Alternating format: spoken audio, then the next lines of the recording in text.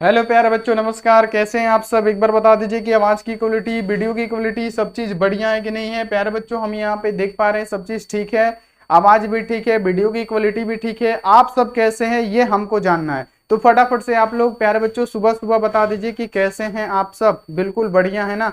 फटाफट यहाँ पे जवाब दे दीजिए कि आप सब कैसे हैं, आपकी पढ़ाई लिखाई सब कैसी चल रही है। और प्यारे बच्चों, आज का जो क्लास होने वाला है, आज का जो सेशन होने वाला है, सबसे महत्वपूर्ण होने वाला है, क्योंकि आज हम लोग पढ़ने वाले हैं क्लास 12 केमिस्ट्री का जो सबसे ज्यादा बार क्वेश्चन पूछा जाता है, जो बार बार आपके एग्जामों में आता है। तो यहाँ पे हम आपसे बताना चाहते हैं प्यारे बच्चों कि आज हम क्लास 12 केमिस्ट्री का जो यहाँ पे याद रखिएगा कि जो बार बार आता है ना प्रश्न, जो बार बार आपके एग्जामों में पूछे जाते हैं, जो बार बार परीक्षाओं में आता है, वही सब्जेक्टिव क्वेश्चन को हम लोग क्या करने वाले हैं, पूरा दिमाग में फिट करने वाले हैं। प्यारे बच्चों, आपको अगर याद नहीं होता है ना, तो आप सही जगह पे आए हैं। बिल्कुल आपको 100% दिमाग में क्लियर कर दिया जाएगा, ताकि आपको रटना नहीं पड़ेगा। एकदम गारंटी है कि आपको 100% समझ में आना ही आना है। तो चलिए, चैनल पे पहली बार आए हैं तो फटाफट से क्या कीजिए, चैनल सब्सक्राइब कर दीजिए, बेल आइकन को प्रेस करके ऑल पे। और यहाँ पे लाइक नहीं किए हैं तो फटाफट से सभी बच्चे क्या करेंगे, लाइक कर देंगे, क्योंकि एक लाइक से हमारा पूरा मनोबल बढ़ जाता है आपका। कमेंट कर दीजिएगा। और व्हाट्सएप ग्रुप में नहीं जुड़े हैं तो नंबर नोट कीजिए मेरा 9135742024। आप इस पे मैसेज करके जल्दी जल्दी क्या कीजिए बाबू, ग्रुप ज्वाइन कर लीजिए। ठीक है, सभी बच्चे ग्रुप ज्वाइन कर लीजिए, नहीं तो लाइव चैट में देखिए लिंक दिख रहा है, उस पर क्लिक कीजिए और फटाफट से ज्वाइन कर लीजिए। ठीक है, तो प्यारे बच्चों यहां तक तो हो गया। अब एक बात कि 499 में क्या मिलने वाला है, देखिए 499 में आपको क्या मिलने वाला है, ऑल सब्जेक्ट का। याद रखिएगा, क्या? ऑल सब्जेक्ट का चैप्टर वाइज ऑब्जेक्टिव सब्जेक्टिव मिल जाएगा, पूरा गेस क्वेश्चन मिलेगा। नंबर नोट कीजिए अगर लेना है आपको तो 62 99 24 89 35। आप इस पे संपर्क करके हमसे ले सकते हैं ऑल सब्जेक्ट का पीडीएफ नोट, जो कि हम आपको देते हैं। तो आप इसको ले सकते हैं फटाफट से, जो एग्जाम में 100% लड़ता है। और प्यारे बच्चों, टेस्ट सीरीज चाहिए ना, तो 199 में आपको ऑल सब्जेक्ट का टेस्ट सीरीज मिल जाएगा, चैप्टर वाइज ऑल सब्जेक्ट का टेस्ट सीरीज मिल जाएगा। तो फटाफट से क्या कीजिए, मात्र 199 में टेस्ट सीरीज ले लीजिए, और डेली एग्जाम तक आपको फ्री दिया जाएगा टेस्ट सीरीज। तो 199 में एग्जाम तक पूरा टेस्ट सीरीज दीजिए। और जितने भी बच्चे नहीं लिए हैं, कम से कम पीडीएफ जिनको नहीं लिए हैं जो बच्चे, या ले भी लिए हैं, तो ये 199 वाला टेस्ट सीरीज आप लोग फटाफट से ले लीजिए। तो चलिए, आज हम लोग केमिस्ट्री के बार बार यानी एग्जामों में जो बार बार आता है क्वेश्चन, उसी का सब्जेक्टिव क्वेश्चन करने वाले। तो क्या आप सब रेडी हैं? जल्दी से जल्दी आप लोग कमेंट करके बताइए कि क्या आप सब रेडी हैं। बाबू मुस्कुराते हुए सभी बच्चे बोलिए हाँ सर हम रेडी हैं। चलिए, तो रेडी हैं तो प्यारे बच्चों आइए पहले नंबर क्वेश्चन पे। ठीक है, पहला जो नंबर क्वेश्चन है ना, बहुत ज्यादा इंपॉर्टेंट है और कई बार आपके एग्जामों में आया हुआ है। देखिए क्वेश्चन है कि फैराडे का विद्युत अपघटन का प्रथम नियम क्या है। फैराडे का विद्युत अपघटन का प्रथम नियम, इसका द्वितीय नियम भी है, लेकिन सबसे ज्यादा बार आने वाला जो प्रश्न है ना वही है, और इस वीडियो में हम वही करा रहे हैं जो बार बार आपके एग्जामों में पूछे जाते हैं। तो देखिए बताइए, फैराडे का विद्युत अपघटन का प्रथम नियम क्या है। तो देखिए सबसे पहले आपको लिखना है कि इस नियम के अनुसार, जैसे जैसे बोलेंगे वैसे वैसे लिखिएगा। देखिए कई बार आपके एग्जामों में पूछा गया है ये प्रथम नियम, तो ऐसे लिखिएगा, इस नियम के अनुसार जब किसी विद्युत अपघट्य के विलयन में। अब यहाँ पे आपको समझ में नहीं आ रहा है कि विद्युत अपघट्य क्या होता है। तो प्यारे बच्चों, क्या होता है विद्युत अपघट्य? जिससे हमारा विद्युत धारा का प्रवाह हो जाए, जिस जलीय विलयन से हमारा विद्युत धारा का प्रवाह हो जाए, उसे क्या कहेंगे, वैद्युत अपघट्य बोलेंगे। ठीक है, जिससे हमारा विद्युत धारा का प्रवाह हो, यानी जिस जलीय विलयन से हमारा विद्युत धारा का प्रवाह हो जाता है, उसे क्या कहते हैं, वैद्युत अपघट्य कहते हैं। जैसे प्यारे बच्चों, जल में अगर NaCl डाल के विद्युत धारा का प्रवाह कीजिएगा, हो जाएगा। और जल में अगर आप एल्कोहल डालेंगे, यूरिया डालेंगे, और चाहेंगे चीनी का घोल डाल देंगे, और चाहेंगे कि विद्युत धारा का उससे प्रवाह हो जाए, तो प्यारे बच्चों नहीं होगा, ये क्लियर रखिएगा। तो उसी को वैद्युत अपघट्य कहेंगे। एक एक टॉपिक समझाएंगे ताकि आपको क्लियर हो जाए। तो याद रखिएगा, इस नियम के अनुसार जब किसी विद्युत अपघट्य के विलयन में विद्युत धारा को प्रवाहित किया जाता है, मान लीजिए क्या है, जब कोई वैद्युत अपघट्य है, ये क्या है, वैद्युत अपघट्य है, ये क्या है, जल है, इसमें क्या घोला गया है बाबू, तो इसमें NaCl घोला गया है। ठीक है, जब वैद्युत अपघट्य के विलयन में, याद रखिएगा, जब यहाँ पे याद रखिएगा लिखना है कि किसी वैद्युत अपघट्य के विलयन में विद्युत धारा प्रवाहित किया जाता है, यानी यहां से क्या किया जाता है प्यारे बच्चों, प्लस चार्ज, यहां से माइनस चार्ज इसको दिया जाता है। ठीक है, ये हमारा क्या हो गया, कैथोड हो गया, ये हमारा क्या हो गया, एनोड हो गया, यानी प्लस चार्ज हो गया। तो ध्यान से समझिएगा सभी बच्चे, कि जब किसी वैद्युत अपघट्य के विलयन में विद्युत धारा, ये क्या है, वैद्युत अपघट्य के विलयन में विद्युत धारा प्रवाहित किया जाता है, तो ये जो इलेक्ट्रोड है ना, ये होता है इलेक्ट्रोड। इलेक्ट्रोड पे प्राप्त होने वाली पदार्थ की मात्रा, इलेक्ट्रोडों पे प्राप्त होने वाली पदार्थ की मात्रा क्या है, W। ये प्यारे बच्चों क्या होती है, विद्युत अपघटन में प्रवाहित जो विद्युत धारा होती है ना, यानी विद्युत अपघटन में प्रवाहित जो विद्युत धारा होती है उसकी क्या होती है प्यारे बच्चों, समानुपाती होती है। यानी W समानुपाती क्या होता है, Q होता है। नहीं समझ में आया? हम आपको है ना प्यारे बच्चों बोल रहे हैं ना कि आपको 100% आपके दिमाग में फिट करने वाले। देखिए फैराडे का विद्युत अपघट्य का प्रथम नियम क्या है, अगर ये क्वेश्चन आ जाएगा तो आपको कैसे लिखना है हम आपको समझा रहे हैं, आप बिल्कुल ध्यान से समझिएगा कि ये कैसे होता है। तो लिखना है सबसे पहले इस नियम के अनुसार किसी वैद्युत अपघट्य के विलयन में। अब वैद्युत अपघट्य क्या होता है, तो प्यारे बच्चों यहाँ पे हम आपको वैद्युत अपघट्य बना के दिखा देते हैं ताकि आपको थोड़ा भी दिक्कत प्यारे बच्चों ना हो। ये क्या वैद्युत अपघट्य क्या होता है, जिससे क्या हो, हमारा जलीय विलयन में क्या हो प्यारे बच्चों, विद्युत धारा का प्रवाह हो जाए, उसे क्या कहते हैं, वैद्युत अपघट्य कहते हैं। तो यहाँ पे हमने इसमें क्या घोला प्यारे बच्चों, मान लीजिए NaCl घोला, ताकि इससे क्या हो जाए, हमारा विद्युत धारा का प्रवाह हो जाए। और इसमें हमने क्या बना दिया, इलेक्ट्रोड बना दिया। ठीक है, क्या बना दिया बाबू, यहाँ पे ध्यान रखिएगा, इलेक्ट्रोड बना दिया। समझिएगा, एकदम बच्चा की तरह समझाएंगे ताकि आपको समझ में आए। ये कौन सा इलेक्ट्रोड है, तो ये हमारा मान लीजिए कि पॉजिटिव है यानी एनोड है, ये हमारा कैथोड हो गया। अब इसमें हम क्या करेंगे, विद्युत धारा का प्रवाह देंगे। तो यहाँ पे क्या करते हैं प्यारे बच्चों, प्लस दे देते हैं इधर से माइनस, यानी इसमें क्या करते हैं हम लोग, विद्युत धारा का प्रवाह दे देते हैं। ठीक है, ये हमारा क्या है, ये प्लस इलेक्ट्रोड है, ये क्या है हमारा माइनस इलेक्ट्रोड है, यानी ये क्या है, एनोड है, हमारा कैथोड है। तो समझिएगा, इतना आप लोग दिमाग से समझिएगा कि फैराडे का विद्युत अपघट्य का प्रथम नियम क्या कहता है। सिंपल में लिखना है कि इस नियम के अनुसार किसी वैद्युत अपघट्य के जलीय विलयन में, यहां पे लिखना है कि जब किसी वैद्युत अपघट्य के जलीय विलयन में ये जो धारा है इसको प्रवाहित किया जाता है, तो प्यारे बच्चों जैसे इसको प्रवाहित करेंगे तो इसमें क्या है, NaCl घुला हुआ है। ध्यान रखिएगा बाबू, इसमें क्या घुला हुआ है, NaCl घुला हुआ है। तो सभी बच्चे यहां पे समझिएगा कि इसमें क्या घुला हुआ है, NaCl घुला हुआ है। तो जब इसमें प्यारे बच्चों NaCl घुला हुआ है और विद्युत धारा की सहायता से इसको क्या करेंगे, तोड़ेंगे, तो हमारा क्या हो जाएगा, Na पे प्लस हो जाएगा, Cl पे माइनस हो जाएगा। ठीक है, तो क्या होता है, तो जब वैद्युत अपघट्य के विलयन में, अब जब ये टूटता है तो जो Na है, प्लस है, वो किस पे जाता है, वो माइनस इलेक्ट्रोड पे जाता है, क्योंकि प्लस माइनस क्या करता है, एक दूसरे को आकर्षित करता है। और जो Cl होता है वो क्या होता है प्यारे बच्चों, एनोड पे जाता है। पता है ना आपको कि प्लस वाला आकर्षित करता है जबकि माइनस वाला क्या करता है प्यारे बच्चों, माइनस माइनस प्रतिकर्षित।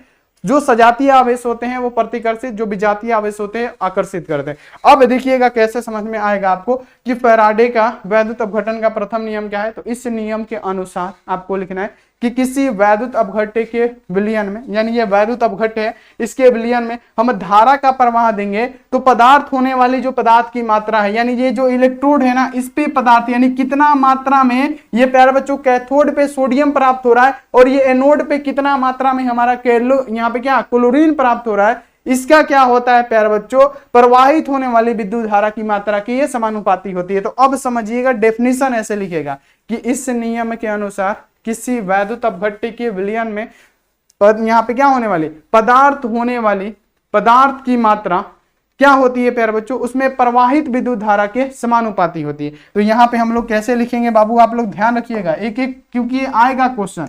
तो हम लोग ऐसे लिखेंगे कि किसी वैद्युत अपघट्य के विलयन में प्यारे बच्चों क्या, किसी वैद्युत अपघट्य के विलयन में विद्युत धारा प्रवाहित करने पे इलेक्ट्रोड पर मुक्त होने वाली पदार्थ की मात्रा, यानी इलेक्ट्रोड पे मान लीजिए कि मुक्त होने वाली पदार्थ की मात्रा W है, उसमें प्रवाहित विद्युत धारा की क्या होती है, समानुपाती होती है। यानी प्यारे बच्चों W समानुपाती क्या हो गया, Q हो गया। ठीक है, तो प्यारे बच्चों W है तो W समानुपाती हटता है, इक्वल टू लगता है, वो कांस्टेंट लगाएंगे जिसका नाम है Z, और प्यारे बच्चों यहाँ पे क्या लिख देंगे, Q है तो Q। अब हमने पढ़ा था कि प्यारे बच्चों आवेश इक्वल टू क्या होता है, तो समय गुणे मतलब धारा गुणे समय होता है। ठीक है, आपको इतना ध्यान में रखना है कि आवेश इक्वल टू क्या होता है, समय गुणे धारा, यानी Q इक्वल टू क्या होता है, IT होता है। तो हम इस Q की जगह पे क्या लिख सकते हैं, W इक्वल टू Z है तो Z, Q की जगह पे हम लोग क्या लिख सकते हैं प्यारे बच्चों, I लिख सकते हैं, गुणे यहाँ पे T लिख सकते हैं, और यही होता है हमारा क्या, फैराडे का प्रथम नियम। बोलिए अब आपको कहाँ समझ में नहीं आया, 100% की समझ में आ गया होगा, क्योंकि इतना टाइम दी है आपको इस क्वेश्चन में।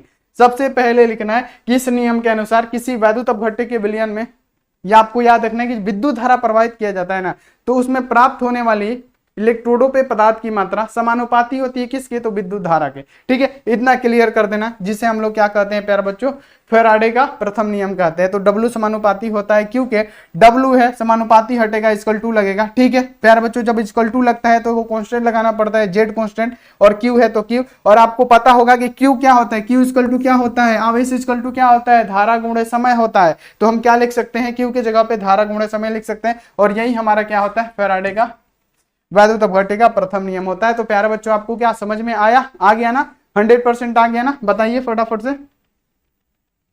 चलिए अब देखिए, अब यहाँ पे आइए बाबू, देखिए क्वेश्चन आपके सामने क्या है कि प्रबल तथा दुर्लभ वैद्युत अपघट्य की व्याख्या उदाहरण सहित कीजिए। यानी प्रबल वैद्युत अपघट्य क्या होता है, दुर्लभ वैद्युत अपघट्य क्या होता है। तो प्रबल वैद्युत अपघट्य क्या होता है, तो प्यारे बच्चों इतना लिखना कि वैसा वैद्युत अपघट्य जो जलीय विलयन में पूर्णतः घुल जाए या पूर्णतः वियोजित हो जाए और क्या करे, या पूर्णतः आयनीकृत हो जाए, यानी पूरी तरह से घुल जाए। यानी वैद्युत अपघट्य किसे कहते हैं, तो यहाँ पे याद रखना है कि वैसा जलीय विलयन, यानी आपको ऐसे लिखना है कि वैसा जलीय विलयन जिससे हमारा विद्युत धारा का प्रवाह आसानी से हो जाए, उसे वैद्युत अपघट्य कहते हैं। अब इसमें आता है एक प्रबल, प्रबल का मतलब होता है बहुत मजबूत, और एक होता है प्यारे बच्चों क्या, दुर्लभ यानी कमजोर। यानी प्रबल का मतलब क्या, वैसा वैद्युत अपघट्य जिसमें क्या हो, प्यारे बच्चों याद रखना है कि वैसा वैद्युत अपघट्य जो जलीय विलयन में क्या हो, जो जल में पूरी तरह से घुल जाए। जैसे प्यारे बच्चों मान लीजिए कि ये जल में क्या है, NaCl है, ये क्या है, जल है, इसमें हम अगर NaCl घोलेंगे तो क्या करेगा, ये 90% तक घुल जाएगा या 99% तक घुल जाएगा। यानी पूरी तरह से ये क्या हो रहा है,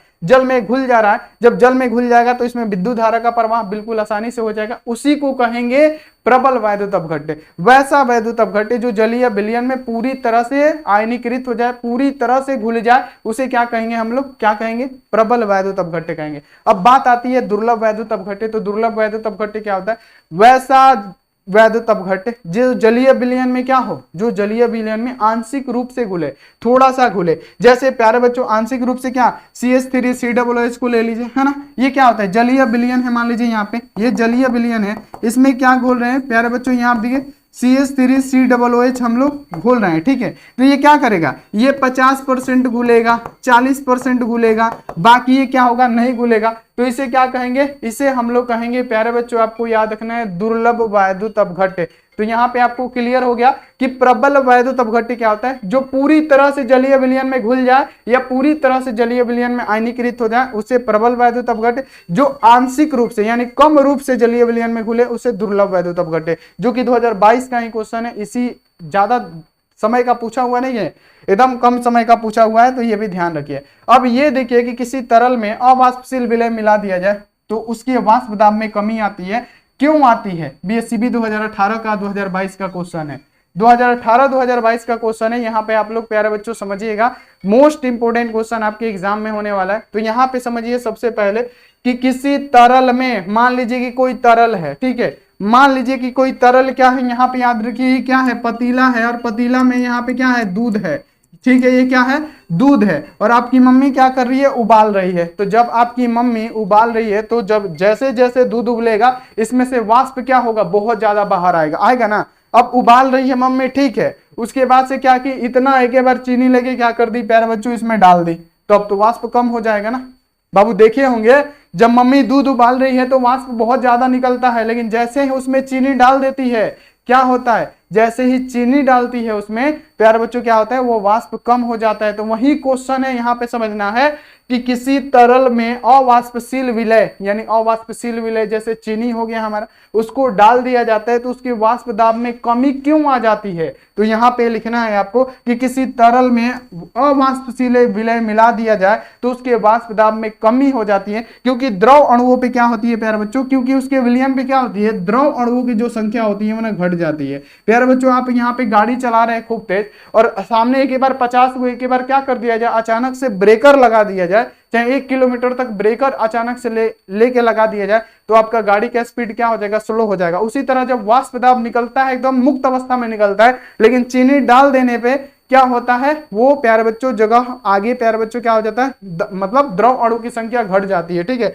जो द्रव अणु होते हैं ना उसकी संख्या घट जाती है, ऊपर क्या करता है, अब मान लीजिए कि आप दौड़ रहे हैं, आपके सामने 4-5 को आगे खड़ा हो जाए तो कैसे दौड़िएगा, वैसे ही ना ऐसे ऐसे हटा के दौड़िएगा। वही बात है, आप समझ गए होंगे 100%। तो ये भी क्वेश्चन याद रखिएगा। अब देखिए एल्कोहल का जलीय विलयन कुचालक आखिर क्यों होता है? एल्कोहल का मतलब सारा बुरा हो गया, उसका जलीय विलयन कुचालक का मतलब क्या? जिससे हमारा विद्युत धारा प्रवाहित ना हो। तो प्यारे बच्चों हमने वैद्युत अपघट्य आपको पढ़ाया था कि नहीं, इसे बताइए।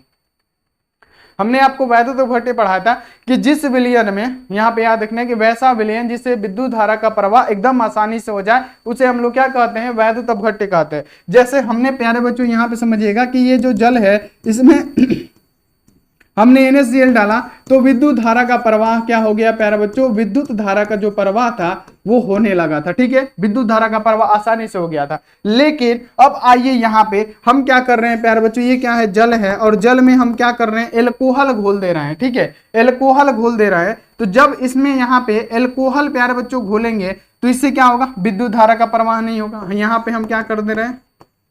एल्कोहल घोल दे रहे हैं, ठीक है। अगर हम इसमें एल्कोहल घोलेंगे तो इसमें क्या होगा? विद्युत धारा का प्रवाह होगा। तो आप बोलिएगा कि विद्युत धारा का प्रवाह नहीं होगा, धारा का प्रवाह नहीं होगा। तो वही पूछा जा रहा है कि जो जलीय विलयन में एल्कोहल घोलने पे, यानी एल्कोहल का जलीय विलयन, यानी किसी जल में एल्कोहल घोलने पे विलयन कुचालक क्यों हो जाता है? तो प्यारे बच्चों आप क्या बताएंगे कि इसमें क्या होता है? इसमें आयंस नहीं पाए जाते हैं। जो एल्कोहल होता है उसमें आयन पाया जाता है? नहीं, क्योंकि जलीय विलयन में जरूरी है आयंस होना। जैसे प्यारे बच्चों NaCl में Na पे प्लस आयन है, Cl पे माइनस आयन है, KCl में K पे प्लस Cl पे माइनस आयन है।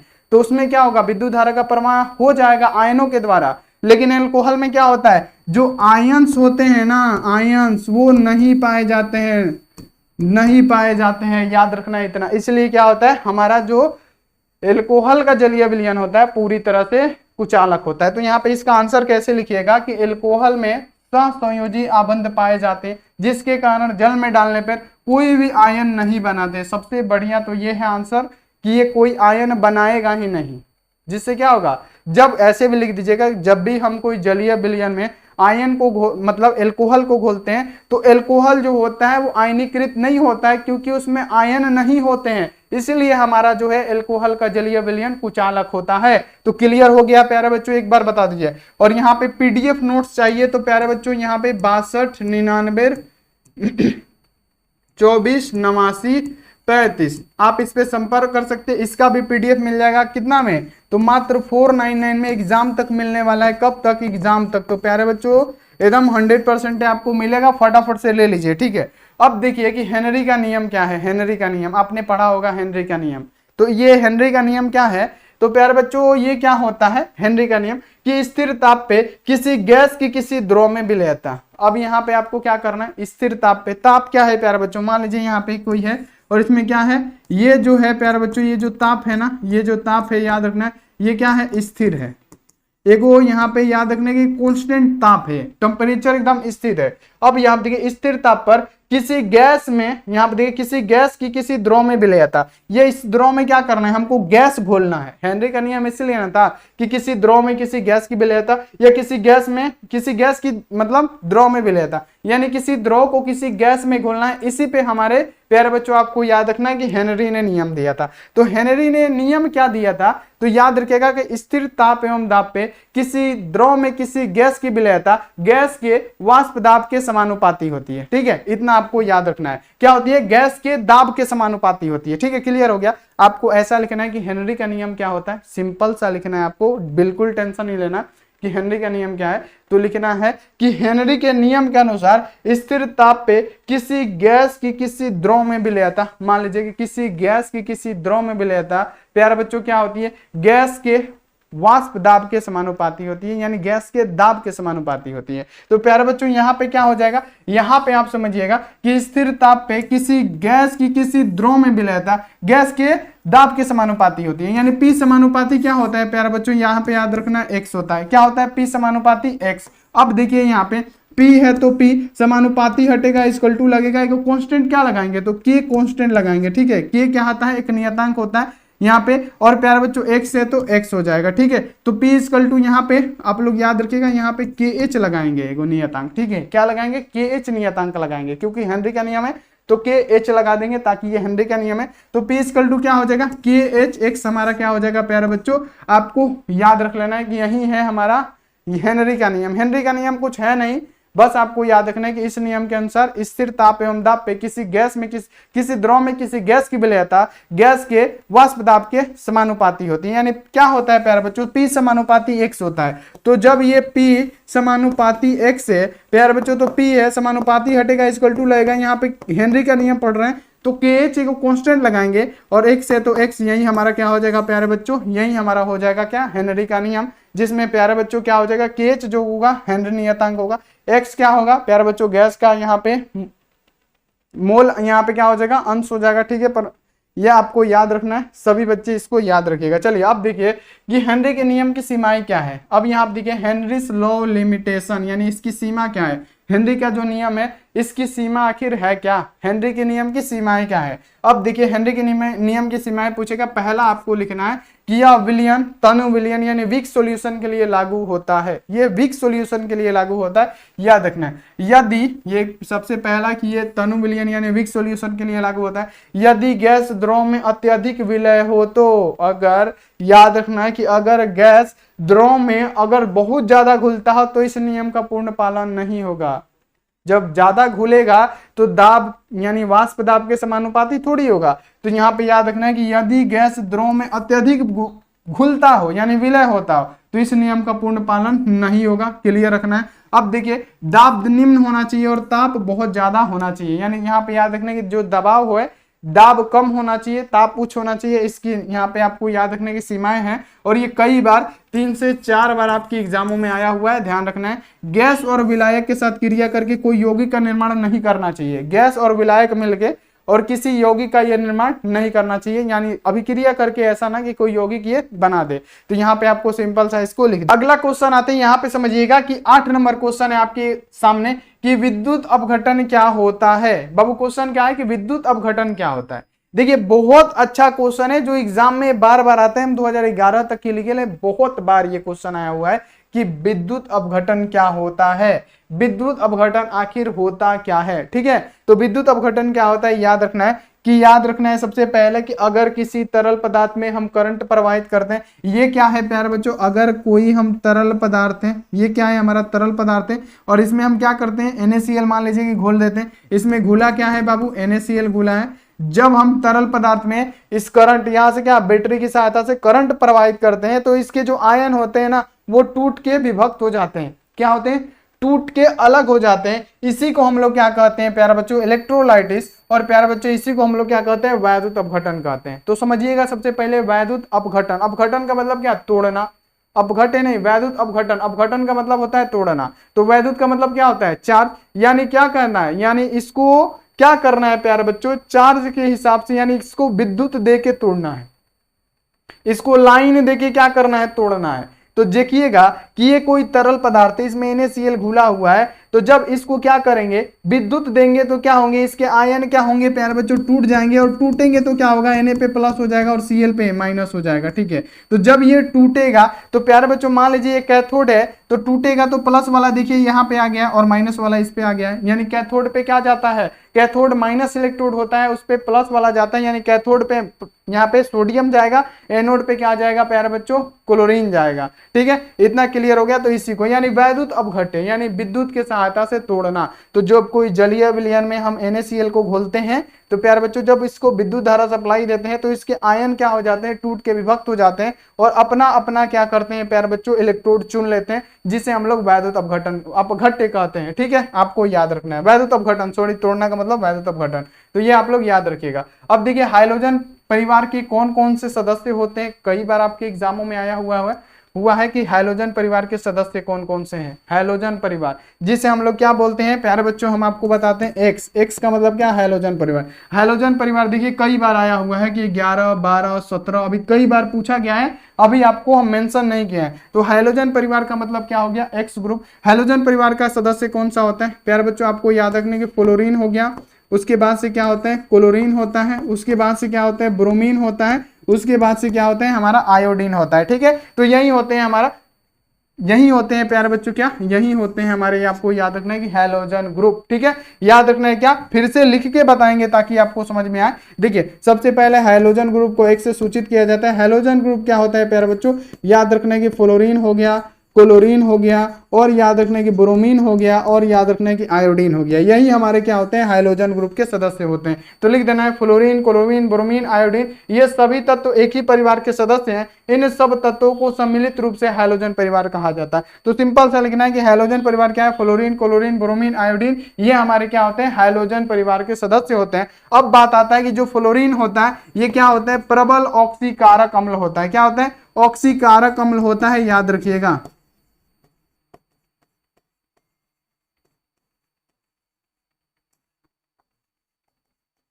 प्रबल यानी हाइड्रोजन ग्रुप का जो प्रथम सदस्य हो गया प्रबल ऑक्सीकारक अम्ल, हाइड्रोजन ग्रुप का सबसे अंतिम सदस्य यानी ये जो आयोडीन होता है ये क्या होता है, प्रबल अवकारक। क्या होता है प्यारे बच्चों, प्रबल अवकारक। इतना आपको याद रखना है। अगर पूछेगा कि हाइड्रोजन ग्रुप के जो प्रथम सदस्य है वो क्या है, तो हाइड्रोजन ग्रुप का प्रथम सदस्य हमारा क्या है, फ्लोरीन। फ्लोरीन क्या होता है, सबसे ज्यादा प्रबल ऑक्सीकारक होता है। और अवकारक का पूछ दिया जाए तो प्यारे बच्चों क्या होता है, हमारा आयोडीन सबसे प्रबल अवकारक होता है। ठीक है, क्लियर है, क्लियर है बाबू, एक बार बता दीजिए। ये क्वेश्चन आपको समझ में आ गया होगा। अब देखिए क्वेश्चन है कि चांदी विद्युत का सुचालक क्यों होता है। देखिए चांदी जो होता है, आपको पता है कि विद्युत का सबसे ज्यादा अच्छा सुचालक कौन है, तो आप बताते कि चांदी। चांदी विद्युत का अच्छा सुचालक क्यों होता है, क्योंकि उसमें प्रतिरोध कम होगा। अब प्रतिरोध क्या होता है, जो विद्युत धारा के रूप में रुकावट पैदा करे उसे प्रतिरोध कहते हैं। और जब प्रतिरोध रुकावटें नहीं रहेगा तो प्यारे बच्चों क्या होगा, चालन। जब विद्युत धारा के रूप में रुकावट पैदा होता है उसे प्रतिरोध कहते हैं। अगर किसी चीज में प्रतिरोधी बहुत कम हो तो उसमें चालक क्या होगा, बहुत तेज होगा। तो वही तो क्वेश्चन है ना। क्वेश्चन है कि यहाँ पे बताइएगा कि चांदी विद्युत का अच्छा सुचालक क्यों होता है। चांदी जो होता है विद्युत का अच्छा सुचालक क्यों होता है, तो चांदी का प्रतिरोधकता सबसे कम होता है और चालकता सबसे अधिक होता है। ठीक है, इसीलिए क्या होता है, चांदी विद्युत का अच्छा सुचालक होता है। देखिए पूछा गया क्वेश्चन है, सारा इंपॉर्टेंट है और इसका पीडीएफ भी मिल जाएगा आपको अगर आप लेना चाहते हैं तो 499 में। आप प्यारे बच्चों नंबर नोट कीजिए मेरा, 6299248935। आप इसको फटाफट से ले लीजिए जल्दी से जल्दी। ठीक है, अब देखिए क्वेश्चन है कि प्राथमिक सेल से आप क्या समझते हैं। ठीक है, प्राथमिक सेल क्या है, तो बाबू हमने पढ़ाया था कि प्राथमिक सेल क्या होता है, जो एक ही बार चार्ज होता है फिर दोबारा उसे चार्ज नहीं कर सकते हैं। यानी वैसा सेल जिसको एक ही बार आवेशित करने पे पुनः उसको आवेशित नहीं कर सकते, यानी पुनः उसको फिर चार्ज नहीं कर सकते, उसे हम लोग प्राथमिक सेल कहते हैं। जैसे हमारा घड़ी का बैटरी हो गया, है गया ना, घड़ी का बैटरी, रिमोट का बैटरी, ये सब जितने भी होते हैं ये सब हमारे प्राथमिक सेल के अंतर्गत आते हैं।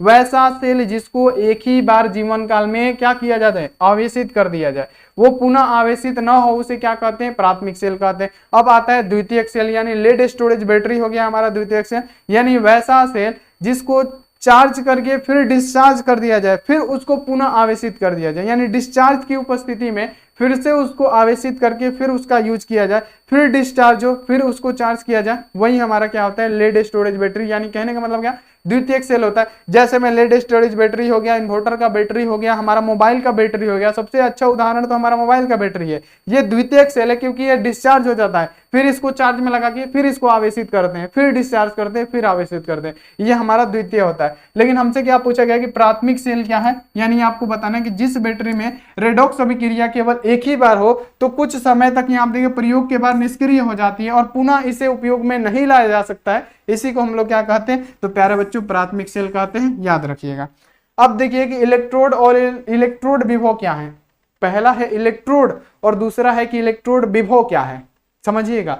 पहला है इलेक्ट्रोड और दूसरा है कि इलेक्ट्रोड विभव क्या है। तो इलेक्ट्रोड और इलेक्ट्रोड विभव समझिए कि क्या होता है। प्यारे बच्चों सबसे पहले लिखना है कि इलेक्ट्रोड हमारा क्या होता है। प्यारे बच्चों यहाँ पे समझिए, सबसे पहले इलेक्ट्रोड क्या होता है, इलेक्ट्रोड एक चालक होता है जिससे विद्युत धारा बहती है, उसे इलेक्ट्रोड कहते हैं। इलेक्ट्रोड क्या है, एक प्रकार का चालक है जिससे हमारा विद्युत धारा का प्रवाह होता है, उसे इलेक्ट्रोड कहते हैं।